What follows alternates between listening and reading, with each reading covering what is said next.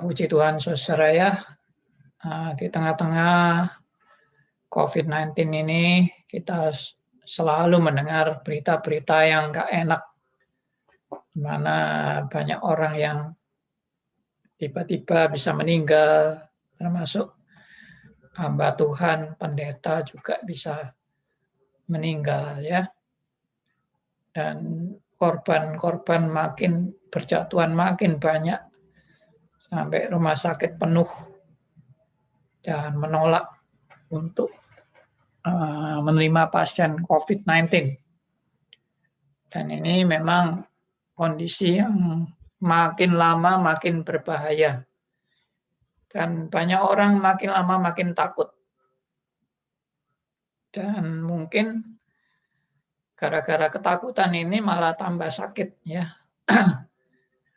Gara-gara stres, tegang, hidupnya juga makin kacau, tidak bisa konsentrasi dalam bekerja, ya, kemudian mungkin juga dalam relasi rumah tangga juga ada problem karena masalah keuangan, ya banyaklah problem-problem itu. Tapi ya itulah, sebetulnya Tuhan itu bukan sudah mau ya, tapi dari dulu sebetulnya Tuhan itu sudah menyatakan satu kebenaran bahwa memang hidup di dunia ini hanya sementara. Kita cuma mampir saja di dunia ini. Dan apa yang kita mau kerjakan di dunia yang sementara ini? Kalau kita lupa, kita selalu ingin membangun kerajaan kita sendiri kan. Kita lupa bahwa Tuhan itu memberi kita hidup supaya kita berjuang untuk kerajaan Allah, bukan kerajaan kita sendiri. Ya, dan rumah kita yang sebenarnya bukan rumah di dunia ini kan. Rumah kita yang sebenarnya ya rumah Bapa di surga. Tapi seringkali orang kan disuruh pulang nggak mau pulang kan. Ya, masih kerasan di dunia ini katanya. Ya, tapi kalau Tuhan sudah bilang kita harus pulang, ya pulang. Dan pulang itu bukan menyedihkan. Pulang itu adalah tempat yang terindah. Kita sudah trauma dengan yang namanya kematian dan menjadi ketakutan luar biasa. Dan kematian menjadi sesuatu yang momok, yang menakutkan sejak kita kecil mungkin. Sudah ditakut-takuti orang tua kita untuk hati-hati nanti mati, mati itu nanti nggak enak, mati itu di kuburan gelap ya toh. Ya macam-macam lah. Nah itu kita harus merubah paradigma ini. Bahwa mati itu adalah keuntungan sesuai yang kita bilang. Bahkan mati itu bukan sial. Ya, tapi keuntungan. Dan keuntungan itu bukan keuntungan bagi diri atau kepentingan diri, itu juga salah. Ya, ada ekstrim bahwa mati itu sial, mati itu kutukan, mati itu mengerikan. Ada yang ekstrim lain lagi, mati itu untung, mati itu enak, mati itu bersenang-senang. Ya, makanya ada orang yang ekstrim itu kalau mati itu nggak mau terima ucapan ikut berduka cita ya. Kalau ada keluarganya yang mati, kalau ada orang datang sama dia ikut berduka cita, oh enggak, ini bukan duka cita, ini sukacita. Ya, itu ekstrim lain lagi ya. Jadi, wah pokoknya mati itu senang, sukacita, ya, enak, ya, masuk surga nanti, waduh senang-senang, semua gratis, semua tidak usah bayar. tidak ada penyakit, tidak ada penderitaan. Nah, itu juga egosentris. Ya, masuk surganya itu karena nafsu egosentris. Tapi kalau begitu apa yang dimaksud dengan mati adalah keuntungan menurut Alkitab? Mati adalah keuntungan itu adalah karena hidup itu adalah bagi Kristus dan mati juga bagi Kristus. Itulah keuntungannya. Ya, Roma 14 ayat 7 sampai 9. Jadi kita seringkali kan ingatnya Filipi 1 ayat 21. Bagiku hidup adalah Kristus, mati adalah keuntungan. Tapi yang dimaksud keuntungan itu kalau menurut Alkitabiah, keuntungan itu tetap harus teosentris, bukan antroposentris. Jadi keuntungan yang teosentris itu apa? Yaitu kalau aku hidup bagi Kristus, maka aku kalau mati, matiku pun adalah bagi Kristus. Bagi kemuliaan Tuhan. Ya. Roma 14 ayat 7 sampai 9.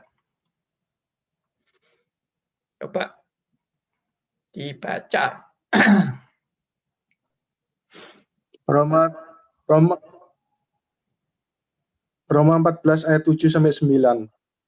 Sebab tidak ada seorang pun di antara kita yang hidup untuk dirinya sendiri, dan tidak ada seorang pun yang mati untuk dirinya sendiri. Sebab jika kita hidup untuk Tuhan. Dan jika kita mati untuk Tuhan. Jadi, baik hidup atau mati, kita adalah milik Tuhan.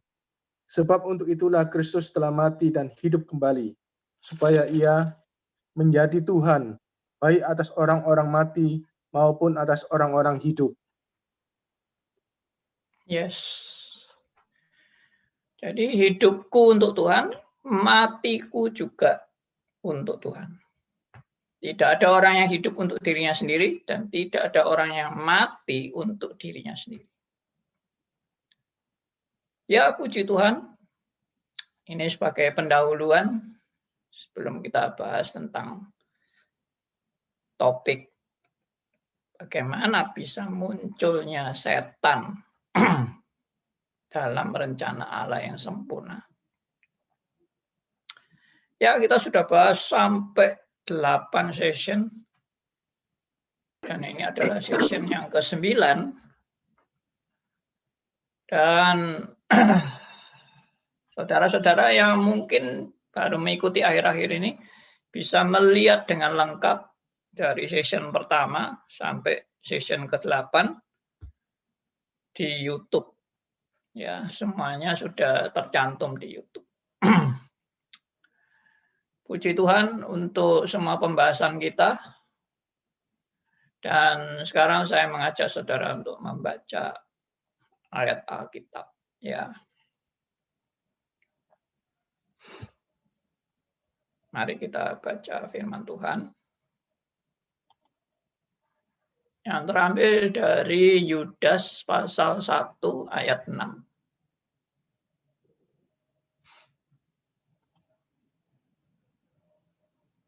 Yudas 1 ayat 6. Saya akan share screen supaya semua juga bisa baca.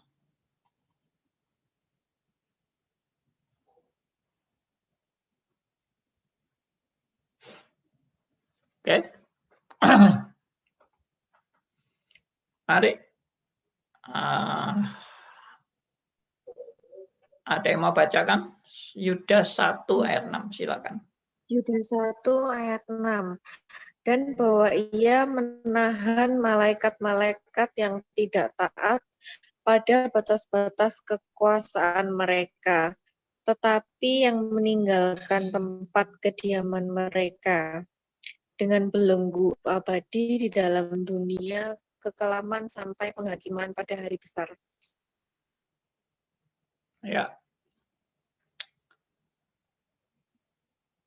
Ayat ini mungkin sudah banyak yang baca dan saya juga sudah beberapa kali men-sharingkan dalam seminar-seminar saya. Nah, coba ini saya satu-satu akan menjelaskan ya. Dan bahwa Ia, yaitu Tuhan, menahan malaikat-malaikat yang tidak taat pada batas-batas kekuasaan mereka. Nah, perhatikan kalimat yang pertama ini, bahwa Ia menahan malaikat-malaikat yang tidak taat pada batas-batas kekuasaan mereka. Ini menunjukkan apa? Menunjukkan bahwa Allah adalah Allah yang berdaulat. Allah yang berkuasa atas segala sesuatu, termasuk atas malaikat-malaikat yang tidak taat pada batas-batas kekuasaan mereka. Perhatikan, Ia menahan. Menahan itu ya kayak orang masuk penjara kan ditahan. Itu kan. Lalu malaikat-malaikat yang tidak taat. Siapakah ini? Ya malaikat. Tapi malaikat yang tidak taat. Berarti ini menunjukkan suatu kebenaran juga bahwa ada malaikat yang taat dan ada malaikat yang tidak taat. Nah, saudara jangan bertanya lagi, loh Pak, kok bisa malaikat ada yang tidak taat? Nah, itu sudah kita bahas panjang lebar di session 1 sampai session 8. Tentang kedaulatan Allah dalam segala sesuatu, segala kejadian, segala peristiwa, tanpa kecuali Allah berdaulat di dalamnya. Dan Allah menetapkan segala sesuatu. Jadi bukan itu terjadi dengan kebetulan atau terjadi tanpa Tuhan tahu, atau Tuhan tidak merencanakan sampai akhirnya kebobolan, ya, atau Tuhan salah perhitungan, atau Tuhan tidak maha tahu, atau Tuhan tidak maha kuasa, tidak mampu untuk menahan atau mengelakkan atau mencegah, ya, tidak.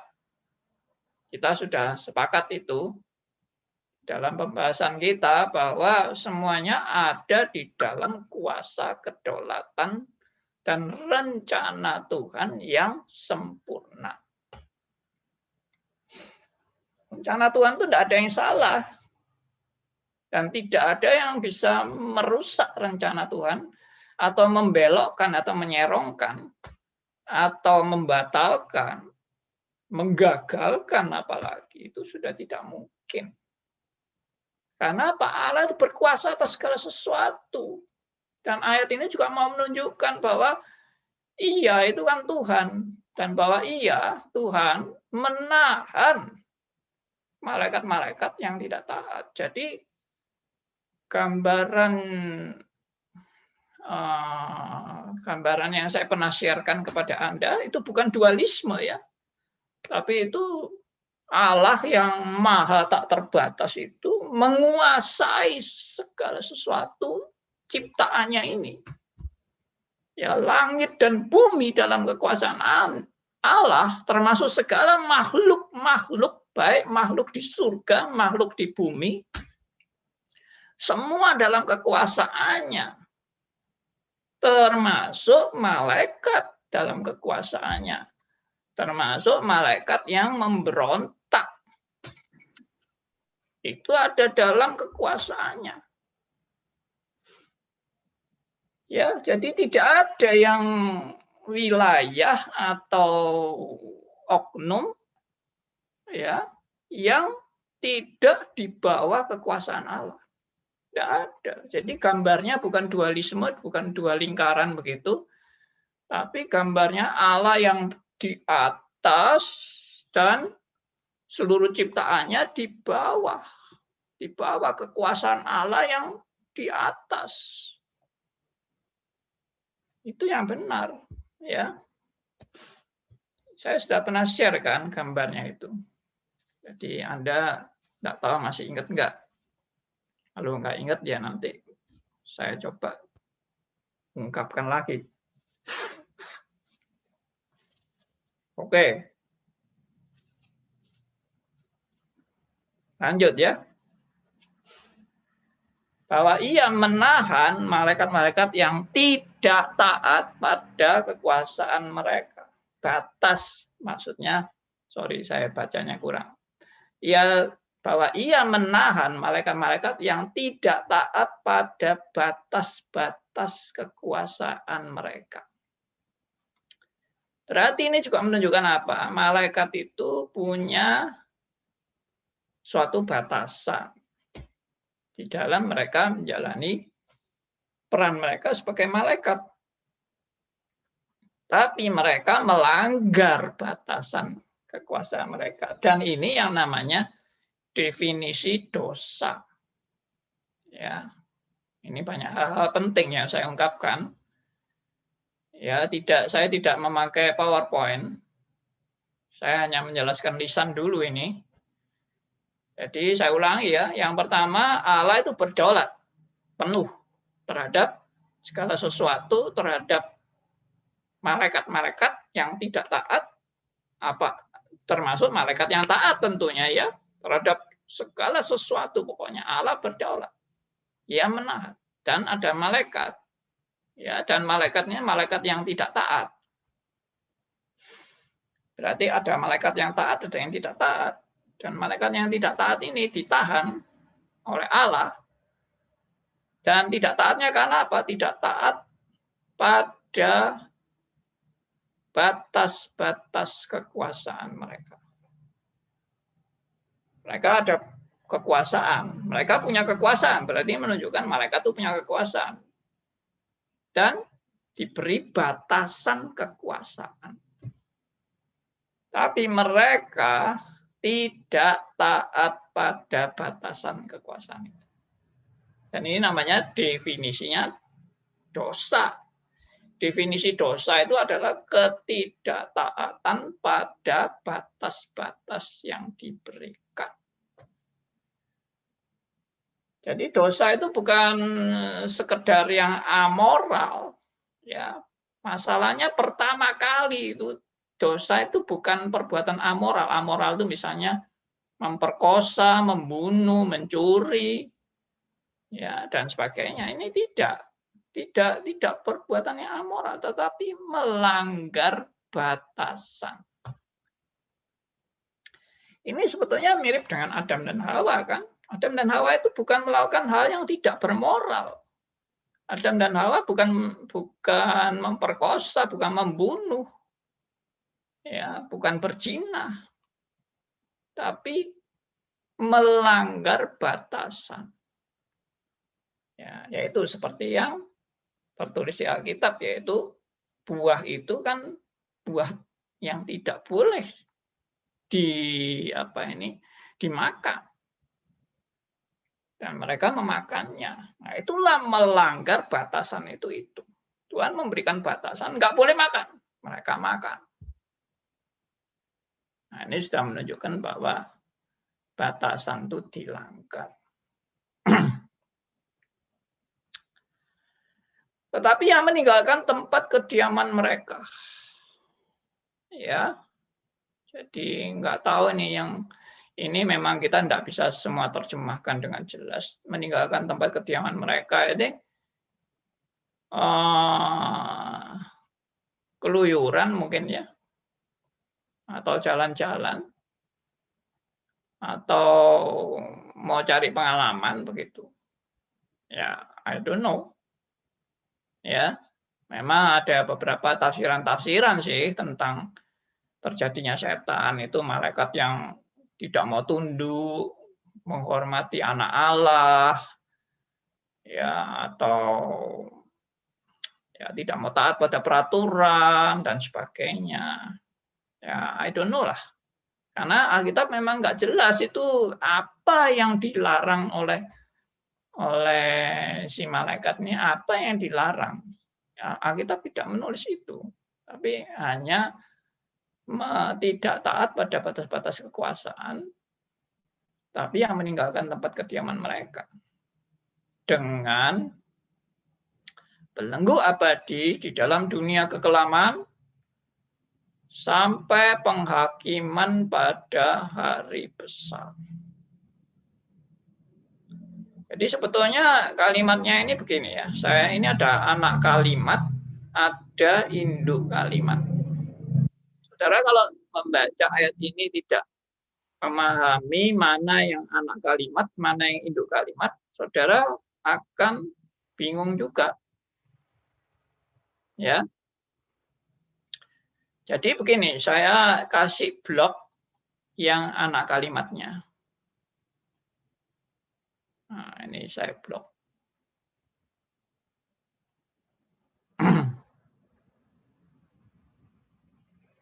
Yes.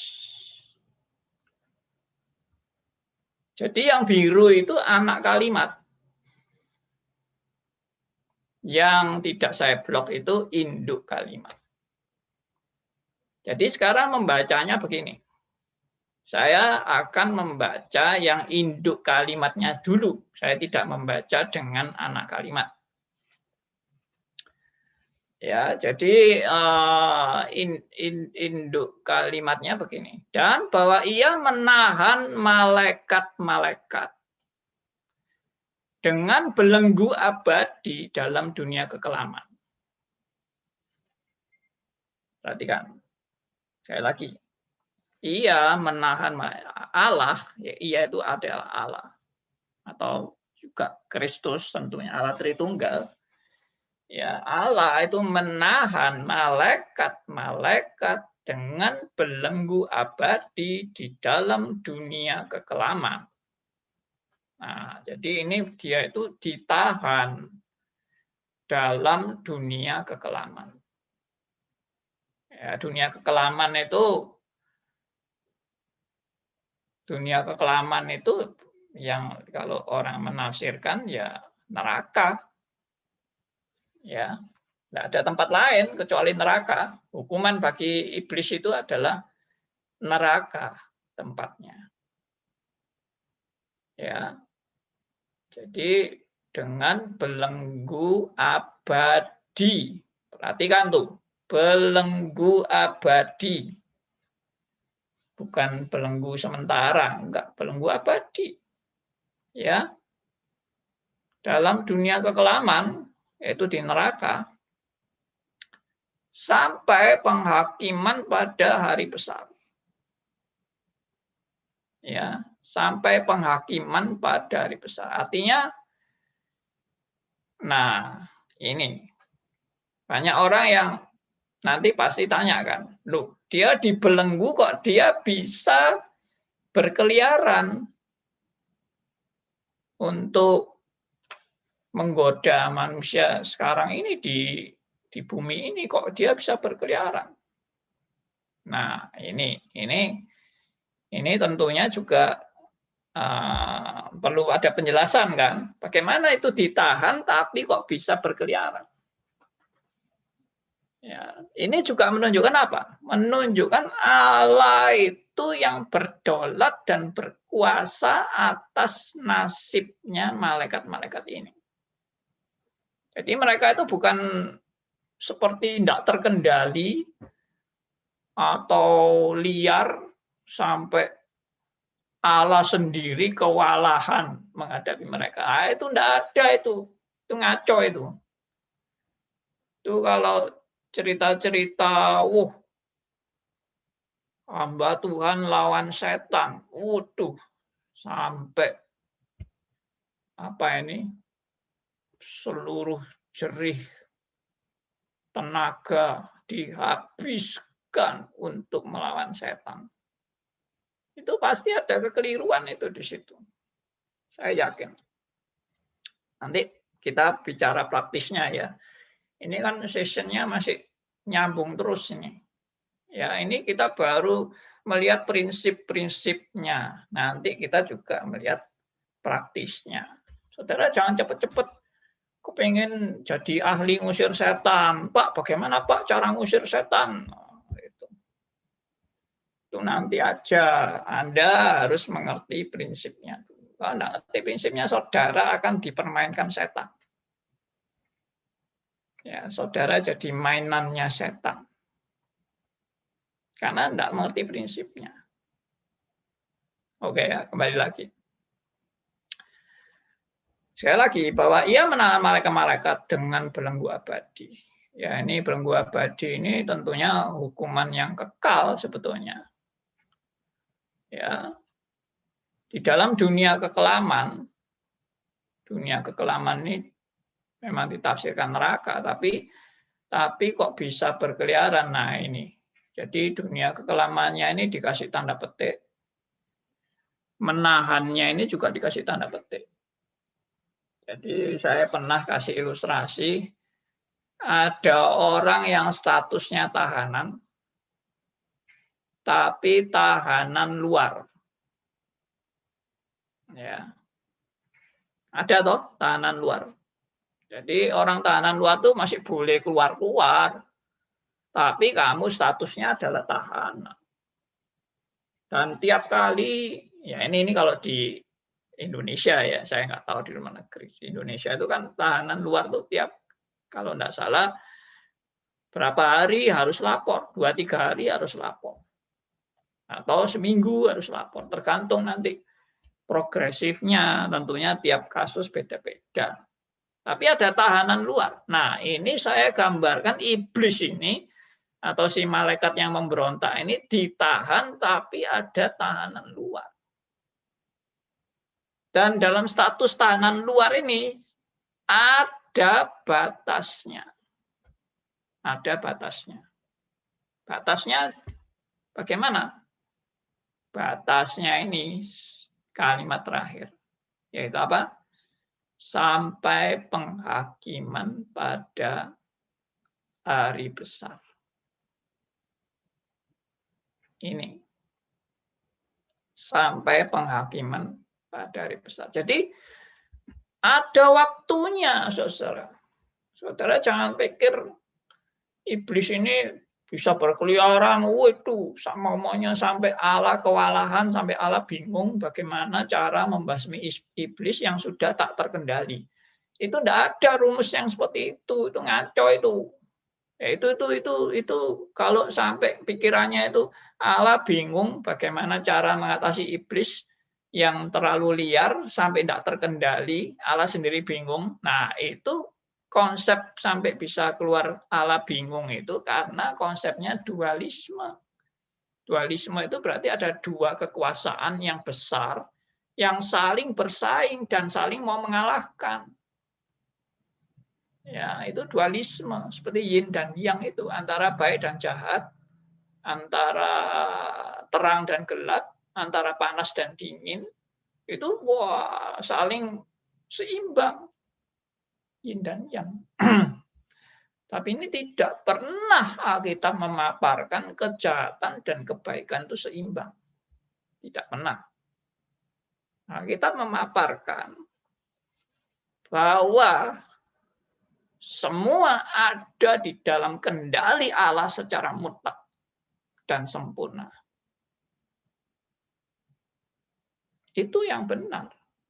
Jadi Allah di sini juga sudah menentukan dengan kedaulatannya waktunya iblis itu dikasih sampai penghakiman pada hari besar. Jadi ada waktunya, bukan ada waktunya. Yang menentukan waktu siapa? Ya Allah yang menentukan waktu, bukan iblis. Iblis itu tidak punya kuasa apa-apa. Untuk melawan Allah pun enggak ada apa-apanya iblis itu. Enggak termasuk hitungan. Ya. Sama seperti saya pernah kasih ilustrasi kalau saya lawan Mike Tyson. Ya, mungkin kalau Mike Tyson sekarang aja saya lawan Mike Tyson saya pasti masih kalah lah. Gitu. Meskipun Mike Tyson sudah pensiun. Kecuali dia sakit keras, kalau saya lawan dia pas dia sakit keras, nah itu saya mungkin menang ya toh. Atau dia kena COVID-19 sudah tidak bisa napas gitu, wah saya tinju dia, saya menang gitu ya. Tapi kalau dia dalam keadaan sehat-sehat, oh saya ini sama dia bagaimana ya, tidak ada hitungannya, tidak termasuk hitungan lah, nggak termasuk hitungan. Saya ini kelas apa ya?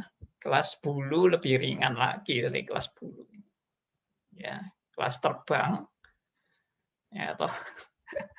Kelas layang-layang yang limbung itu saya mungkin ya. Oke. Jadi yang jelas semua ada di dalam kendali dan kedaulatan Allah. Jadi ayat ini betul-betul mengkonfirmasi apa yang sudah kita pelajari semua. Bahwa semua ada di dalam kedaulatan Allah, semua ada di dalam kuasa Allah, semua ada di dalam kendalinya, semua ada di dalam kontrolnya, dan tidak ada satupun yang bisa terjadi di luar kontrol Allah, termasuk iblis. Termasuk semua yang lain. Jadi kalau sudah statement seperti ini, ya termasuk Adam dan Hawa pun jatuh dalam dosa. Itu semua ada di dalam kedaulatannya. Tidak terkecuali. Ya, ayat ini sudah tidak bisa ditawar lagi menunjukkan kebenaran ini. Kebenaran kedaulatan Allah yang menahan malaikat ini dengan belenggu abadi. Nah, sekarang anak kalimatnya. Tadi saya sudah baca sebagian kan anak kalimatnya, yaitu yang tidak taat pada batas-batas kekuasaan mereka. Ya ini kondisi malaikat yang memberontak, tapi meninggalkan tempat kediaman mereka, yaitu yang saya bilang tadi bisa berkeliaran itu. Oke, kita tidak memberikan secara detail tentang keberadaan malaikat dan pemberontakan malaikat dan bagaimana peristiwanya dan sampai bagaimana jumlah pengikutnya, nggak tahu, tapi yang pasti banyak. Tapi apakah dengan demikian lalu di surga kekurangan malaikat? Pasti tidak, ya toh. Allah itu yang mendesain semuanya itu tentunya sudah mendesain dengan sangat sempurna. Jadi begini, kalau semua sudah ada waktunya, ya nanti pada waktu hari penghakiman ya sudah selesai. Mereka sudah tidak lagi diberi waktu untuk tahanan luar. Mereka sekarang sudah harus masuk tahanan yang sebenarnya. Itu pada penghakiman hari besar, pada hari besar. Ya. Lalu apakah ada peperangan hebat antara malaikat di surga dengan pengikut iblis? Wih, ada peperangan yang luar biasa sampai berdarah-darah. Ya, ada yang sampai katanya menggambarkan nanti peperangan antara iblis dan malaikat-malaikat itu. Waduh, sampai surga itu katanya banjir darah katanya gitu sampean. Surga itu banjir darah. Waduh. Tsunami darah ya toh. Darahnya darah malaikat-malaikat yang berguguran untuk membela Allah. Ya, dan malaikat yang jahat membunuhi malaikat-malaikat yang setia. Ini cerita karangan ngawur. Dan itu kayak cerita film, ya nggak ada itu. Meskipun memang ada ayat-ayat Alkitab yang kelihatannya menggambarkan itu, menggambarkan peperangan itu. Tapi itu ayat-ayat Alkitab tentang akhir zaman itu banyak simbol-simbol yang harus dipahami dengan benar. Jadi tidak ada yang namanya penumpahan darah itu di surga. Mana ada penumpahan darah di surga? Di surga itu tidak ada darah. Ya saya juga nggak tahu ya apa benar ada darah atau enggak. Tapi buat apa itu dibahas? Ya di surga itu ada darah apa enggak? Enggak perlu dibahas lah itu. Enggak penting sama sekali. Tapi yang jelas adalah di waktu zaman penghakiman pada hari besar itu tinggal divonis.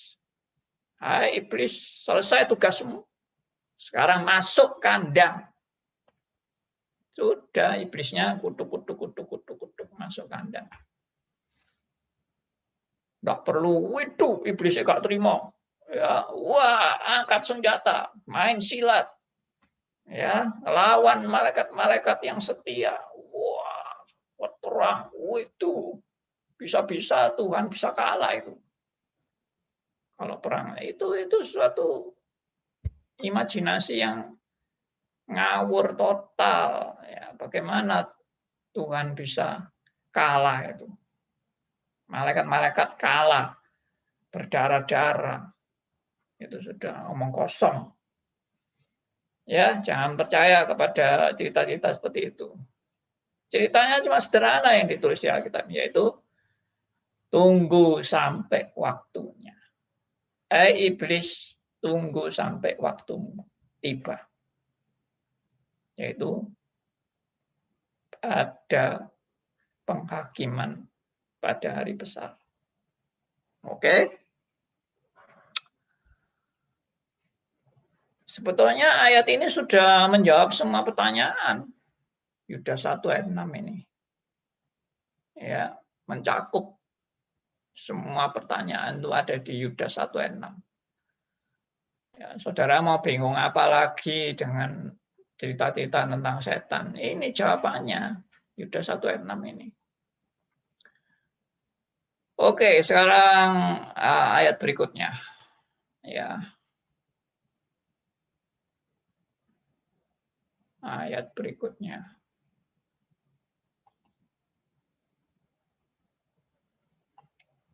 Kita lihat dari sebentar.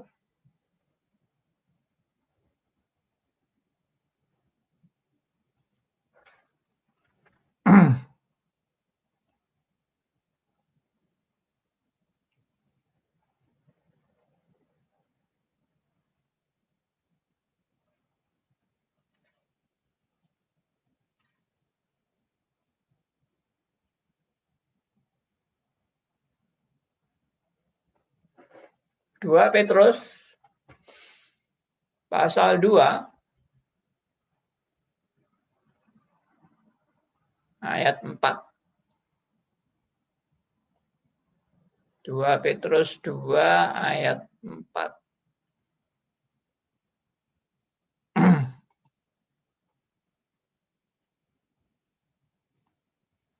Silakan, ada yang mau bacakan?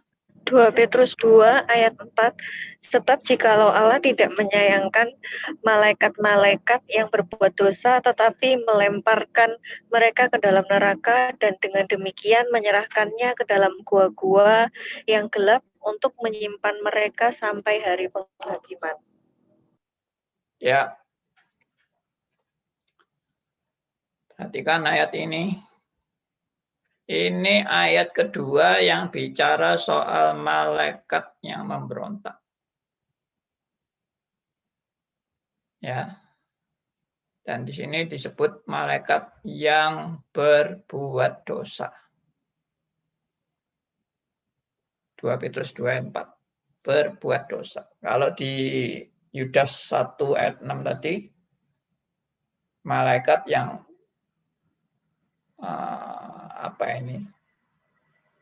melanggar batasan-batasan. Jadi ini definisi dosa kan?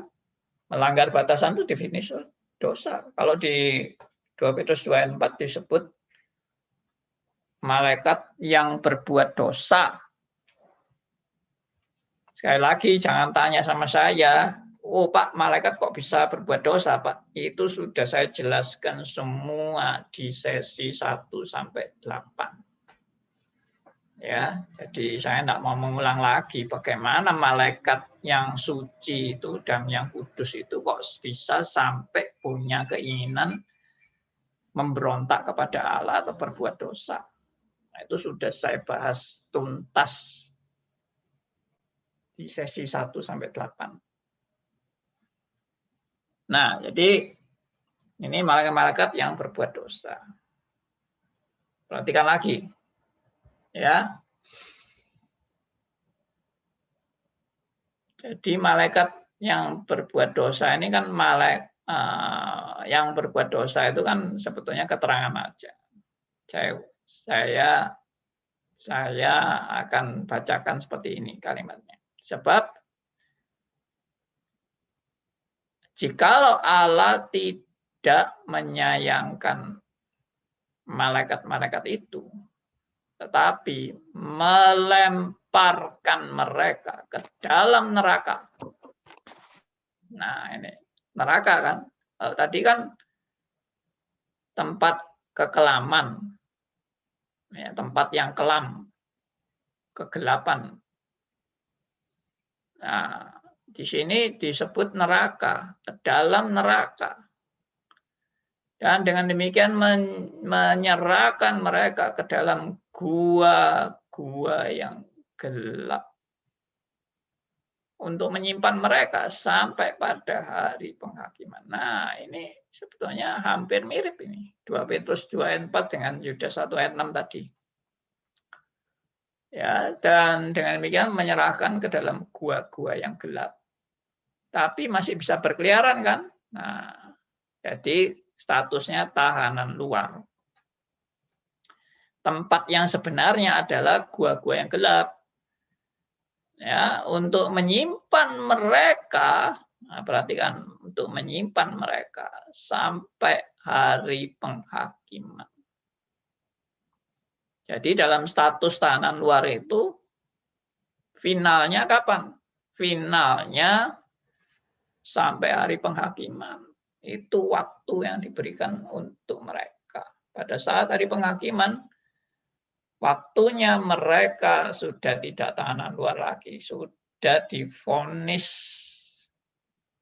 selama-lamanya berada di gua-gua yang gelap itu, yaitu di neraka. Ini juga menunjukkan apa? Ini juga menunjukkan bahwa Allah lah yang berdaulat, Allah lah yang berkuasa, dan Allah lah yang mengatur nasibnya si malaikat yang memberontak itu, yang menjadi iblis itu. Allah yang mengatur. Ya, Allah yang mengontrol, istilahnya mengontrol. Mengontrol itu bahasa lainnya juga mengendalikan. Allah yang mengendalikan. Saudara jangan pikir iblis itu bisa sak mau-maunya sendiri. No. Allah yang berdaulat, Allah yang mengendalikan. Ya, Allah yang berkuasa atas kehidupan mereka. Kehidupan si iblis itu. Karena Allah itu berkuasa atas segala sesuatu. Sekali lagi, segala sesuatu.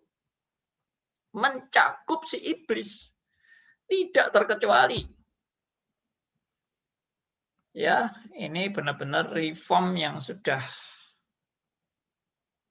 benar-benar klasik, benar-benar ketat, dan tidak ada toleransi sama sekali tentang kedaulatan Allah. Ya, Tuhan memberi mereka pilihan, terserah mereka mau setia atau mau tidak setia, ya toh. Lalu sekarang mereka memberontak, Tuhan juga masih biarin, terserahlah mau apa. Tuhan tidak ikut-ikut dalam peristiwa ini. Oh, enggak. Itu reform klasik itu sudah sangat jelas sekali. Ya, rambut di kepalamu pun sudah terhitung semua. Burung di udara tidak akan jatuh di luar kehendak Bapa. Ya. Hati seorang raja seperti batang air, batang sungai, batang aliran air yang akan dialirkan kemana yang Tuhan mau. Itu Amsal 21 ayat 1. Nah, ini saya sedikit flashback supaya nggak lupa sama sekali kan. Jadi Allah itu berkuasa, berdaulat baik sampai dari hal rambut sepele, yang begitu sepele, rambut. Allah berdaulat atas itu. Termasuk undi, ya, apa itu pundi-pundi, ya. Nah, itu juga di dalam kedaulatan Allah. Ya, Amsal 16 ayat 33. Nah, coba dibaca ayat-ayatnya ya.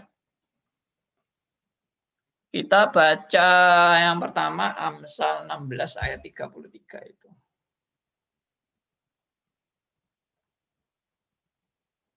Tolong bisa baca bukan? Amsal 16 ayat 33. Amsal 16 ayatnya yang ke-33. Undi dibuang di pangkuan, tetapi setiap keputusannya berasal daripada Tuhan. Ya. Hebat kan ayat ini? Ya, Itu undi dibuang itu hasilnya sama sekali tidak ada yang tahu dan tidak ada yang mengontrol, dan itu sepertinya random begitu saja hasilnya. Tapi dikatakan di Amsal 16 ayat 33 itu semua itu adalah dari Tuhan. Artinya hal yang sepele itu pun ada di dalam kontrol Allah. Itu. Ayat berikutnya. Ya. Matius pasal 10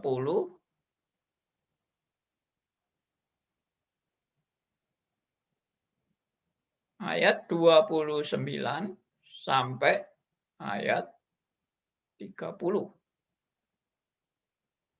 Matius 10 ayat 29 sampai 30. Silakan bacakan. Matius pasal 10 ayat 29 sampai 30. Bukankah burung pipit dijual 2 ekor seduit, namun seekor pun daripadanya tidak akan jatuh ke bumi di luar kehendak Bapamu. Dan kamu, rambut kepalamu pun terhitung semuanya. Ya. Hal ini juga menunjukkan Allah berkuasa dan berdaulat atas hal yang sekecil-kecilnya. Masalah rambut dan masalah burung. Itu tidak ada yang ngatur. Maksudnya jatuh ndaknya burung dan rambut itu tidak ada yang ngatur kan. Itu jatuh sendiri. Ya, kalau tidak jatuh ya masih bisa terbang. Siapa yang ngatur itu? Tapi dikatakan tidak akan jatuh di luar kehendak Bapamu. Dan rambutmu pun sudah terhitung semuanya. Saya sudah tidak usah ngulang lagi ya ayat ini sebetulnya. Sudah amat sangat jelas ya ayat-ayat itu. Jadi dari hal paling sepele sampai hal yang paling besar itu ada di dalam kedaulatannya, dalam kuasanya, dalam pengaturannya. Karena memang Allah itu berdaulat. Kecuali Anda meragukan bahwa Allah itu berdaulat. Kecuali Anda meragukan bahwa Allah itu maha kuasa. Kecuali Anda merasa Allah itu seperti ajaran deisme yang membiarkan ciptaannya Allah tidak ikut-ikut. Tidak, kita tidak memperkenalkan Allah seperti itu. Kita memperkenalkan Allah itu Allah yang memelihara ciptaannya, Allah yang berkuasa atas ciptaannya, Allah yang berdaulat, Allah yang mengatur, mengendalikan, ya, Allah yang mengontrol segala sesuatu. Itu sudah amat sangat jelas.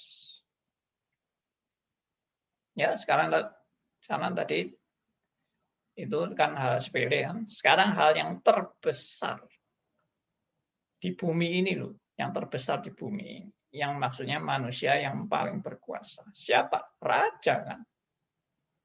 Nah, mari sekarang kita buka Amsal 21 ayat 1. Ya, Amsal 21 ayat 1. Silakan.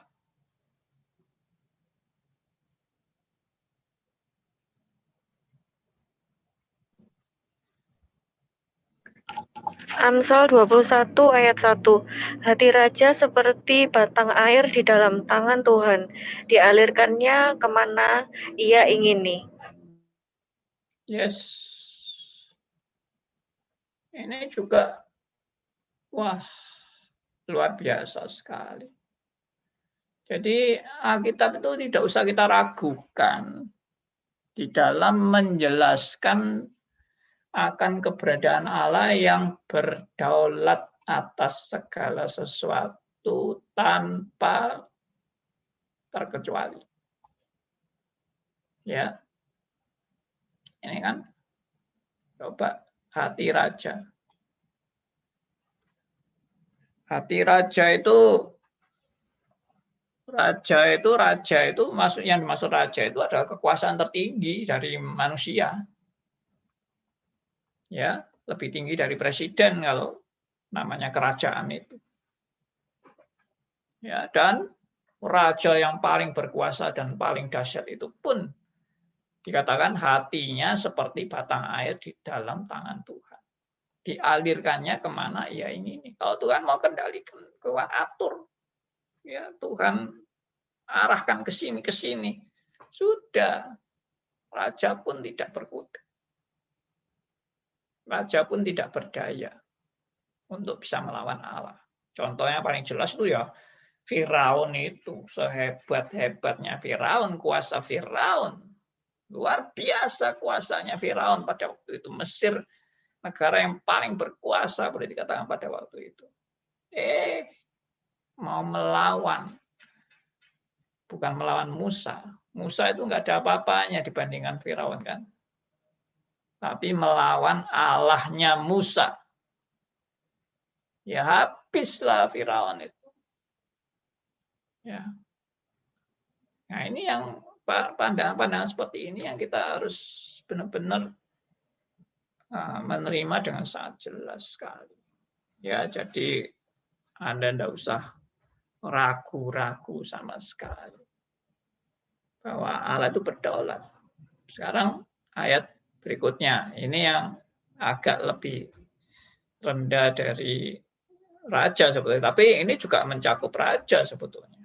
Ya, ayat ini, yaitu Roma 13. Ayat yang sudah amat sangat terkenal. Ya, dan ini juga menunjukkan kedaulatan Allah atas penguasa tertinggi. Roma 13.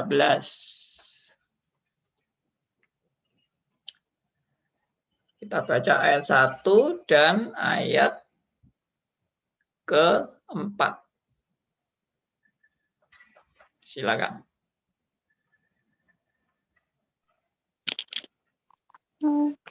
Roma 13 ayat 1 dan ayatnya yang ke-4.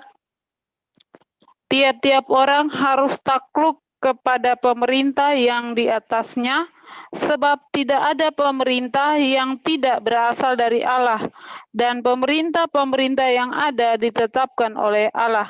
Ayatnya yang ke-4.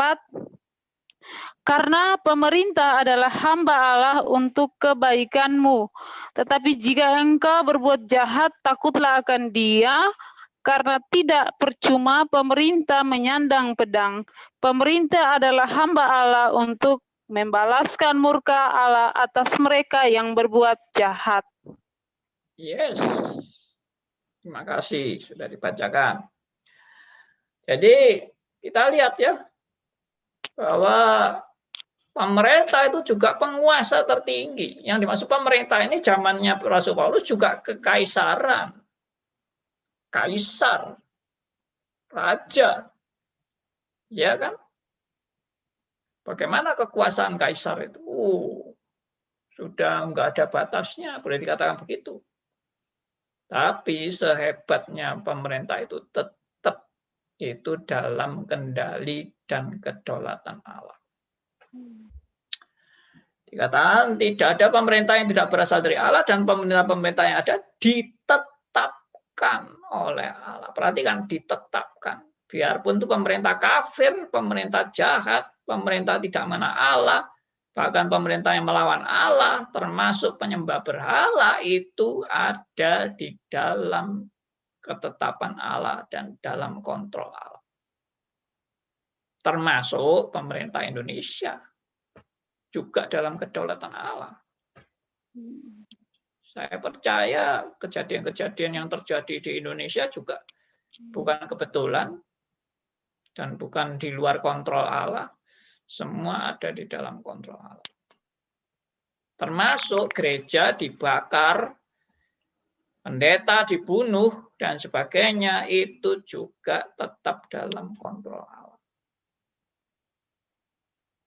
Memang itu suatu misteri. Kenapa Tuhan membiarkan pendeta dibunuh? Tapi itu sudah saya jawab juga dengan banyak firman Tuhan yang saya bagikan, seperti misalnya, kenapa Tuhan juga membiarkan Habil dibunuh, membiarkan Stefanus juga dibunuh. Nah, ayat terakhir, ayat 4. Karena pemerintah adalah hamba Allah. Perhatikan di sini, hamba Allah. Hamba Allah untuk apa? Untuk kebaikanmu. Tapi jika engkau berbuat jahat, takutlah akan Dia. Karena tidak percuma pemerintah menyandang pedang. Ya, pemerintah adalah hamba Allah untuk membalaskan murka Allah atas mereka yang berbuat jahat. Ya, pemerintah pun sehebat-hebatnya pemerintah, semuanya ada dalam kontrol dan kendali Allah. Oke, saya sampai di sini. Jadi ini pembahasan memang penting, dan inilah terjadinya iblis, yaitu dari malaikat yang memberontak, dan mereka ada dalam belenggu abadi. Biarpun kelihatannya bebas, biarpun kelihatannya bisa bisa berkeliaran kemana-kemana, tetapi mereka tetap dalam kontrol Allah, dalam kendali Allah. Ya, pertanyaannya adalah, mungkin yang menjadi pertanyaan adalah, kenapa kok Tuhan malah memberikan kepada mereka tahanan luar? Tentunya ini juga dalam sesuai dengan maksud Allah. Oke? Saya harap ini makin jelas, makin clear. Jadi saudara nanti juga akan melihat semua ini dalam perspektif yang benar. Memandang setan dengan perspektif Alkitab. Ya, di mana saya banyak melihat seminar-seminar tentang setan.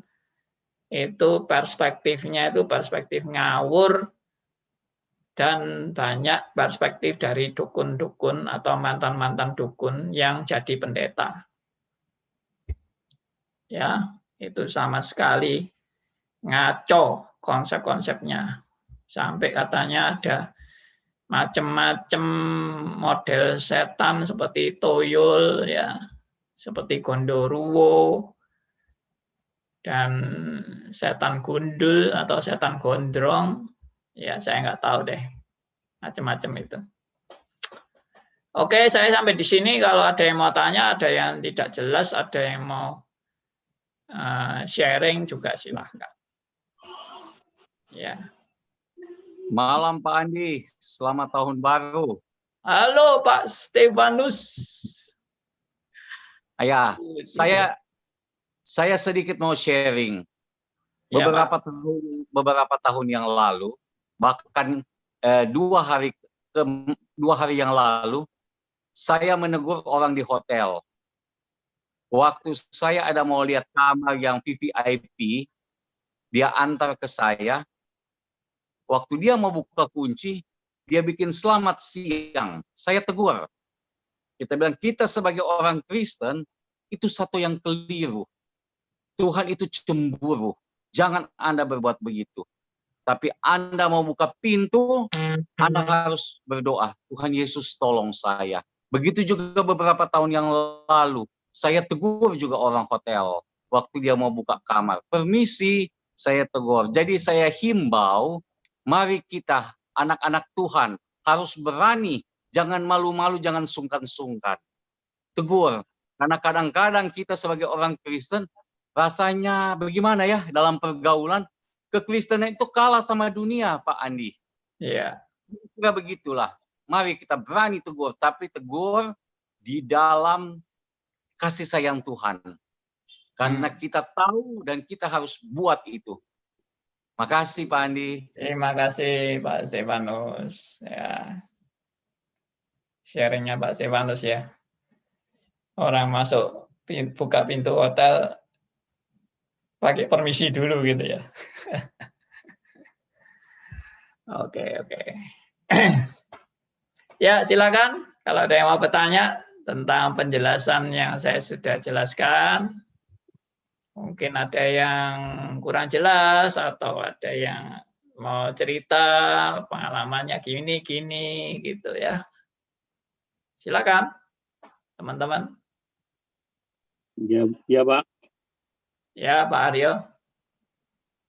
Setan mendapat peran tertentu oleh Allah dalam waktunya, batas waktunya tadi, tapi batas waktunya kok panjang tenan ya, sampai dunia kiamat. Ya, untuk ikut mendidik manusia dari segi negatifnya. Ya memang. Perannya adalah dari segi negatifnya. Perannya itu sampai akhir zaman. Namanya yang paradoks. Ya itu aja. Ya.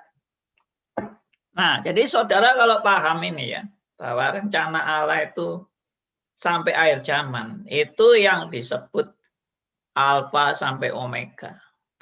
Memang Tuhan itu benar-benar mendesain, merancang semuanya ini dari alfa sampai omega. Sampai keberadaan iblis itu pun sudah di dalam penetapannya sampai akhir zaman. Ya, Yudas 1 ayat 6 itu perhatikan. 2 Petrus 2 ayat 4 tadi juga perhatikan. Semuanya menunjuk kepada waktu terakhir. Waktunya iblis. Ya, jadi sekarang ini cuma dikasih waktu saja. Dikasih waktu. Jadi kalau Tuhan sudah kasih waktu, saudara bingung-bingung dengan waktu. Buat apa bingung dengan waktu? Saudara harus tahu bahwa memang iblis itu memang sama Tuhan dikasih kesempatan untuk berkeliaran. Jadi salah itu kalau ada keinginan mau melenyapkan iblis itu. Ya. Nah, ini coba ini satu tips untuk Anda. Anda ingin melenyapkan iblis. Tapi Tuhan malah kasih waktu buat iblis. Jadi mana yang benar? Harus dilenyapkan atau dibiarin atau gimana? Atau diajak berteman?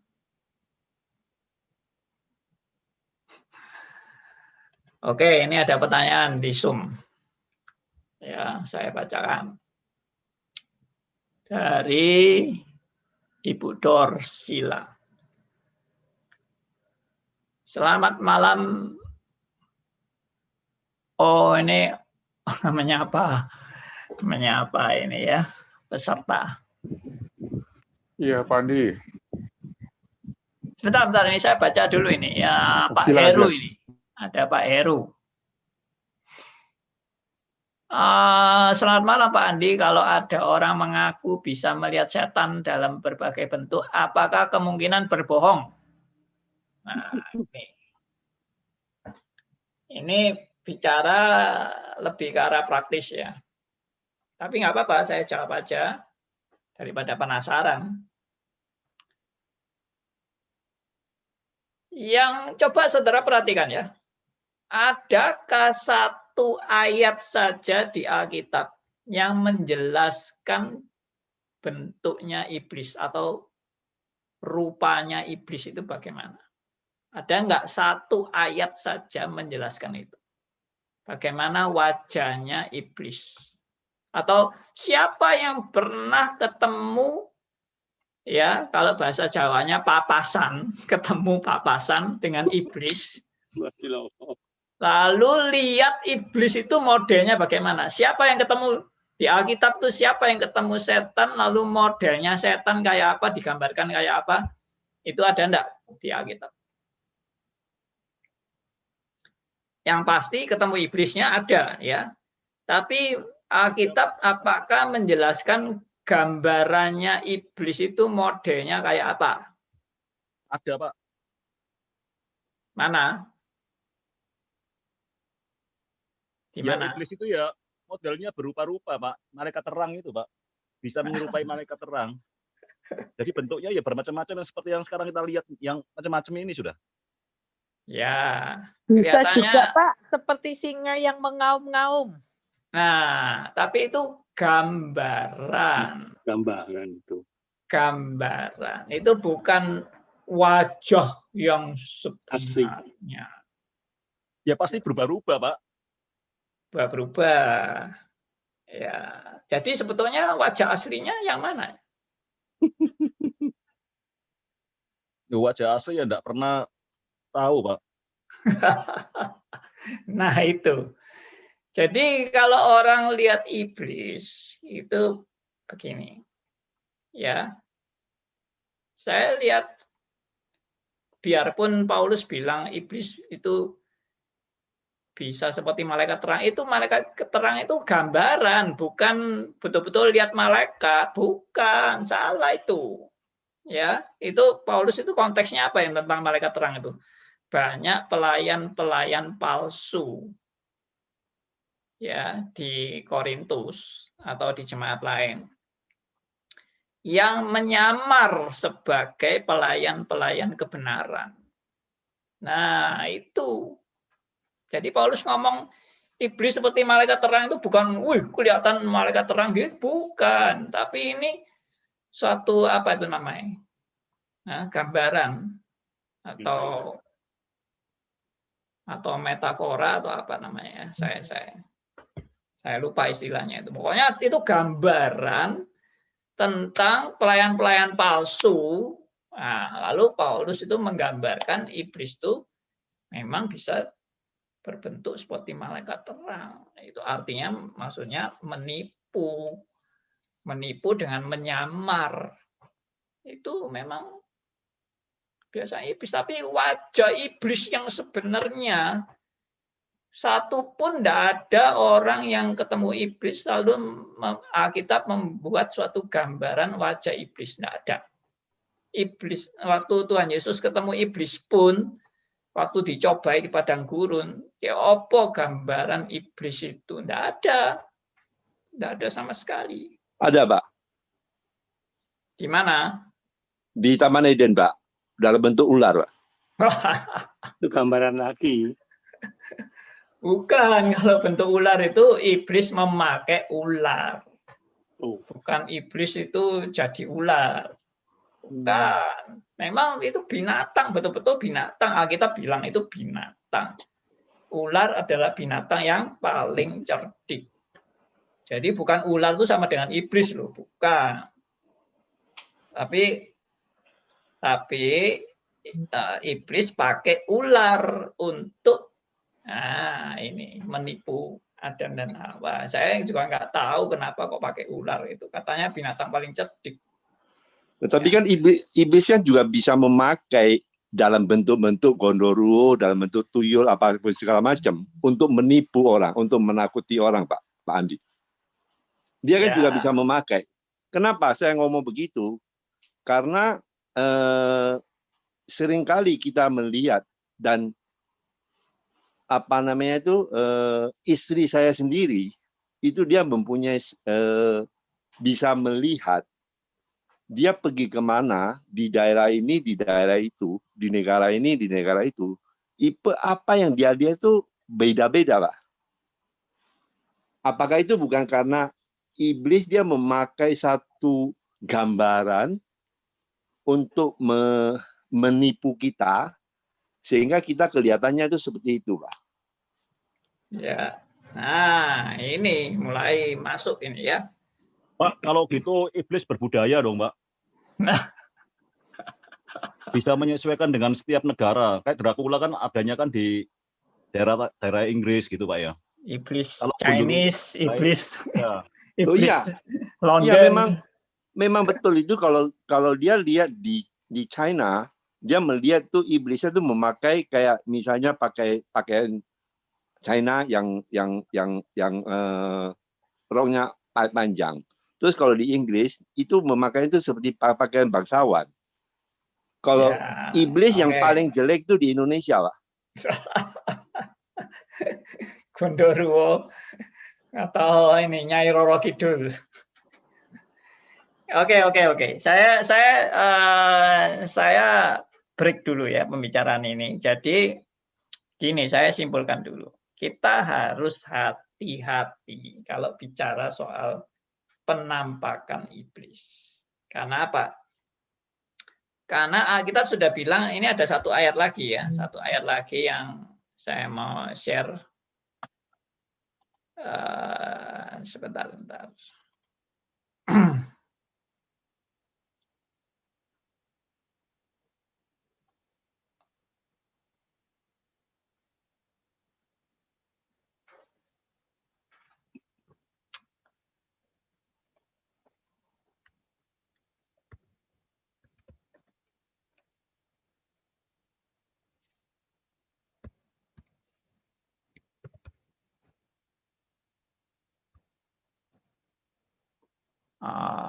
Saya sebentar ini saya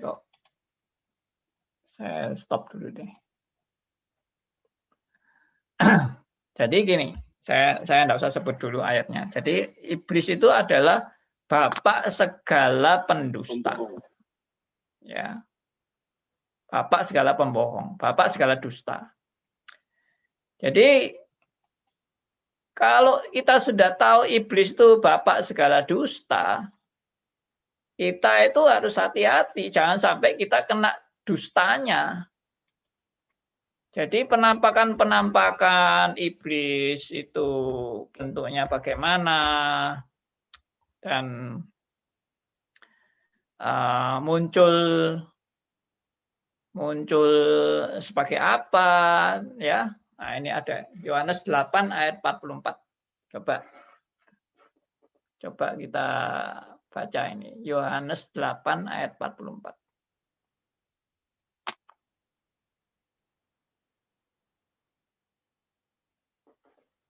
Ya.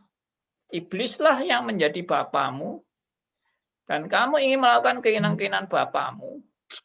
Ia adalah pembunuh manusia sejak semula dan tidak hidup dalam kebenaran. Sebab di dalam dia tidak ada kebenaran. Apabila ia berkata dusta, ia berkata atas kehendaknya sendiri. Sebab ia adalah pendusta dan bapa segala dusta. Nah, jadi bapak segala dusta ini yang harus menjadi warning bagi saudara dan saya di dalam tadi penglihatan-penglihatan tentang setan. Karena apa yang kita lihat itu apakah benar-benar itu setan? Apakah wajah setan memang seperti yang kita lihat? Atau itu hanya tipu muslihat setan? Beda kan? Kalau itu tipu muslihat setan, atau itu benar-benar setan, itu beda. Ya, dan perhatikan juga, kadang-kadang kita sebagai manusia ini bisa mempunyai penglihatan-penglihatan yang dipengaruhi oleh imajinasi kita sendiri. Ya, dan setan bisa memperalat imajinasi kita untuk percaya kepada hal-hal yang kita lihat. Padahal itu sudah ditumpangi oleh setan. Maka kalau prinsip saya adalah saya tidak mau dijebak oleh jebakan-jebakan setan. Saya tidak mau untuk punya penglihatan-penglihatan yang di Alkitab tidak diajarkan. Karena Alkitab tidak pernah mengajarkan ada orang dapat karunia melihat setan. Itu tidak ada. Tapi yang ada adalah karunia membedakan roh. Dan bukan karunia melihat setan. Ya, jadi karunia itu, bicara soal karunia itu adalah untuk memperlengkapi saudara dan saya untuk membangun jemaat. Bukan karunia aneh-aneh sampai bisa meramal nasib orang dan sebagainya, lah itu sudah perdukunan. Ya, karunia lihat setan ada di pojok sana, ada di pojok sini, itu bagi saya nonsen. Nonsen itu maksud saya tidak ada gunanya sama sekali. Ya, setan itu memang bisa ada di mana-mana. Tapi sebetulnya itu cuma guyonannya setan. Kalau betul-betul itu setan menggoda kita seperti itu, lihat ada setan gundul di situ, setan gondrong di situ, itu namanya guyonannya setan. Setan akan bekerja secara serius, bukan dengan cara guyonan seperti tadi.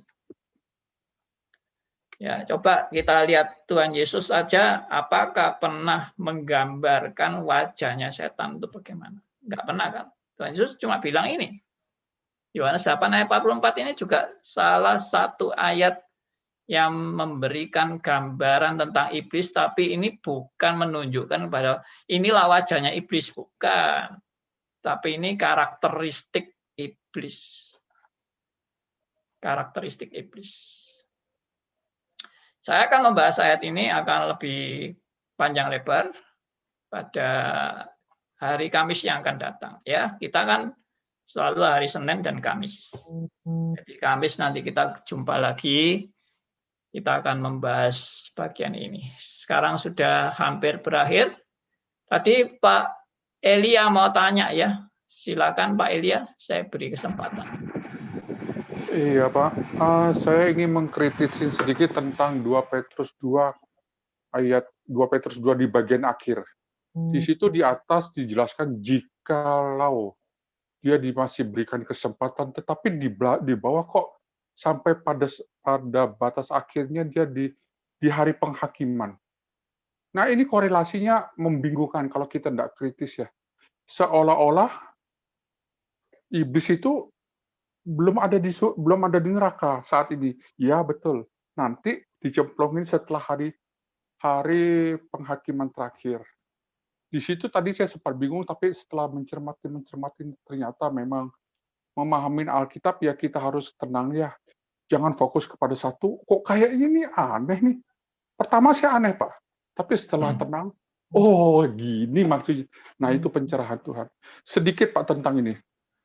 Kenapa orang mati masuk surga dan langsung masuk neraka? Sedangkan iblis, dia masih bertahanan luar di dunia, di keliling-keliling. Dia bukan penghuni neraka, Pak. Dan orang yang sudah mati, yang tidak mendapatkan keselamatan, dia sudah boro-boro di neraka. Nanti penghakiman turun lagi untuk mendapatkan jubah, tubuh kemuliaan, tubuh kebinasan. Berarti nasibnya manusia ini betul-betul di bawah malaikat. Kan begitu, ada ayat yang mengatakan malaikat itu adalah sedikit di atas manusia. Itu aja, thank you. Ya, terima kasih sharingnya. Jadi malaikat ini sekarang memang sedikit di atas manusia. Karena manusia masih dalam keadaan yang keadaan daging, ya, yang tubuh yang sementara dan terbatas. Tapi nanti kita di surga dengan tubuh mulia, kita akan dilayani oleh malaikat-malaikat. Ya, puji Tuhan. Oke, itu sedikit info tambahan saja. Ada lagi sebelum saya tutup acara ini? Bisa sharing, Pak. Ada, Pak. Oh ya, tadi silakan. Iya, Pak. Saya. Ya, Bu Dor.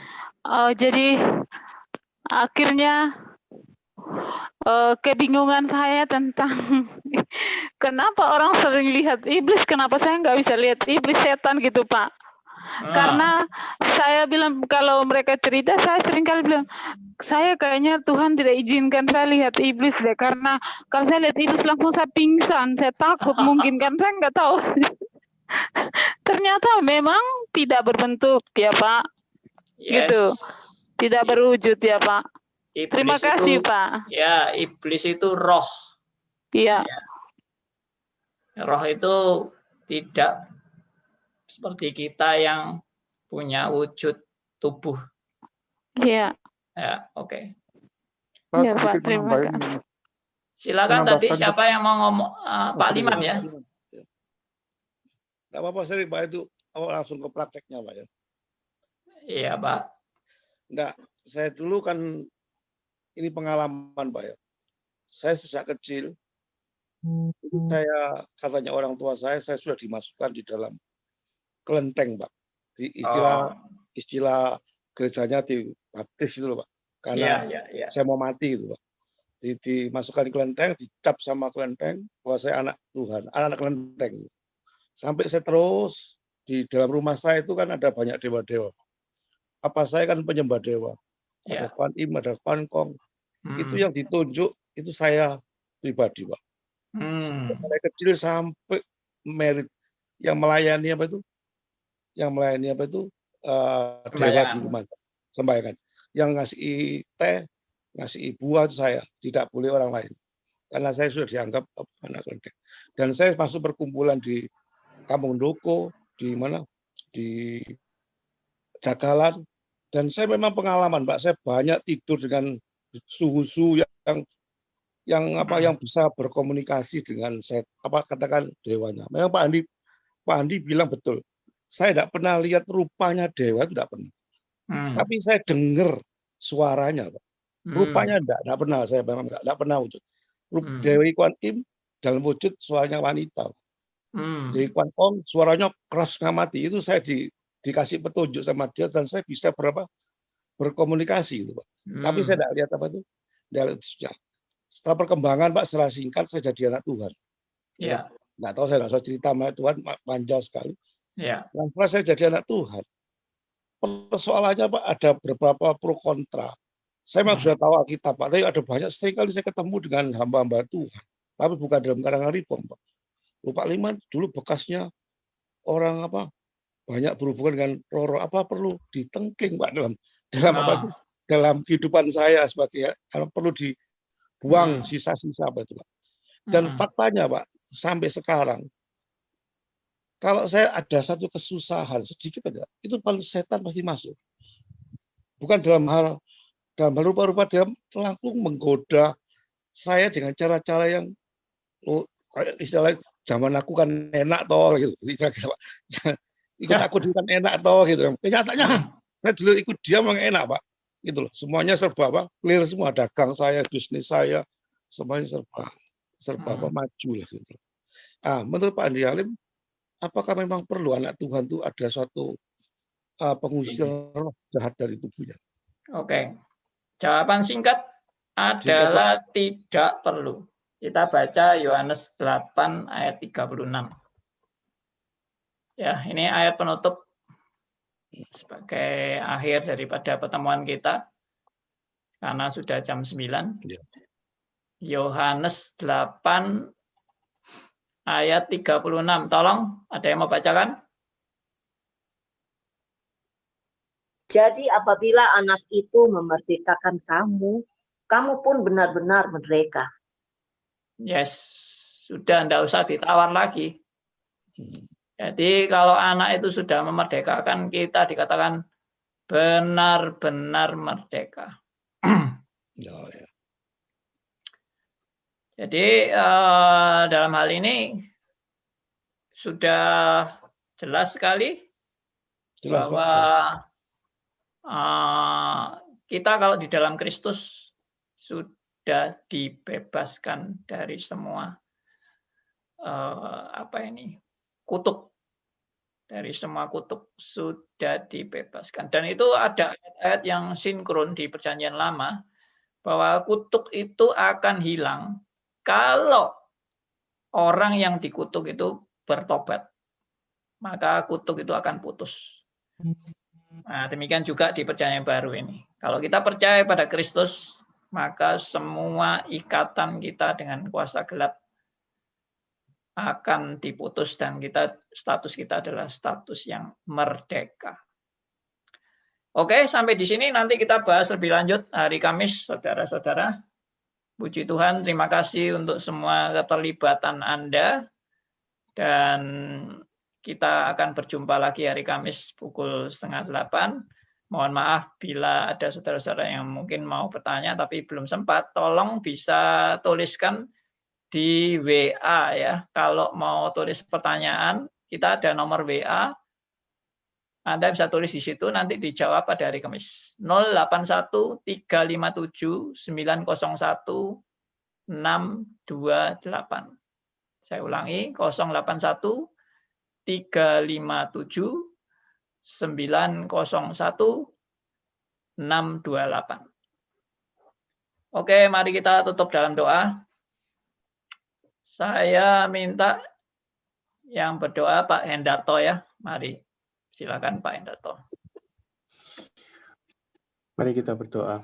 Bapak, terima kasih atas persekutuan yang boleh kami alami di malam hari ini. Kami boleh belajar akan firman, kebenaran akan firman-Mu melalui hamba-Mu Pendeta Andi Alim. Kiranya Tuhan tetap setia untuk mengajar, mendidik kami supaya kami menjadi benar-benar anak-anak Tuhan yang dan menjadi pelaku firman-Mu di sepanjang kehidupan kami. Inilah kami Tuhan, pakailah kami untuk memuliakan nama-Mu, dan kami hidup demi kemuliaan nama-Mu Tuhan. Ya. Kami menyerahkan diri kami ke dalam tangan-Mu yang penuh kuasa dan berdaulat atas kami, ciptaan-Mu Tuhan, ya. Dan kehendak-Mu yang kami mohon terjadi dalam kehidupan kami. Ya. Kami mohon, kami diberi hikmat untuk tetap bersemangat, untuk belajar akan kebenaran firman-Mu Tuhan. Dan kami mohon Tuhan menyertai kami sepanjang kehidupan kami ini, untuk kami diizinkan untuk terus belajar akan kebenaran firman-Mu Tuhan. Kami menyerahkan diri kami kepada-Mu Tuhan, dan kehendak-Mu yang benar-benar terjadi dalam kehidupan kami. Kami berdoa dan mengucap syukur di dalam nama Tuhan kami, Yesus Kristus. Amin.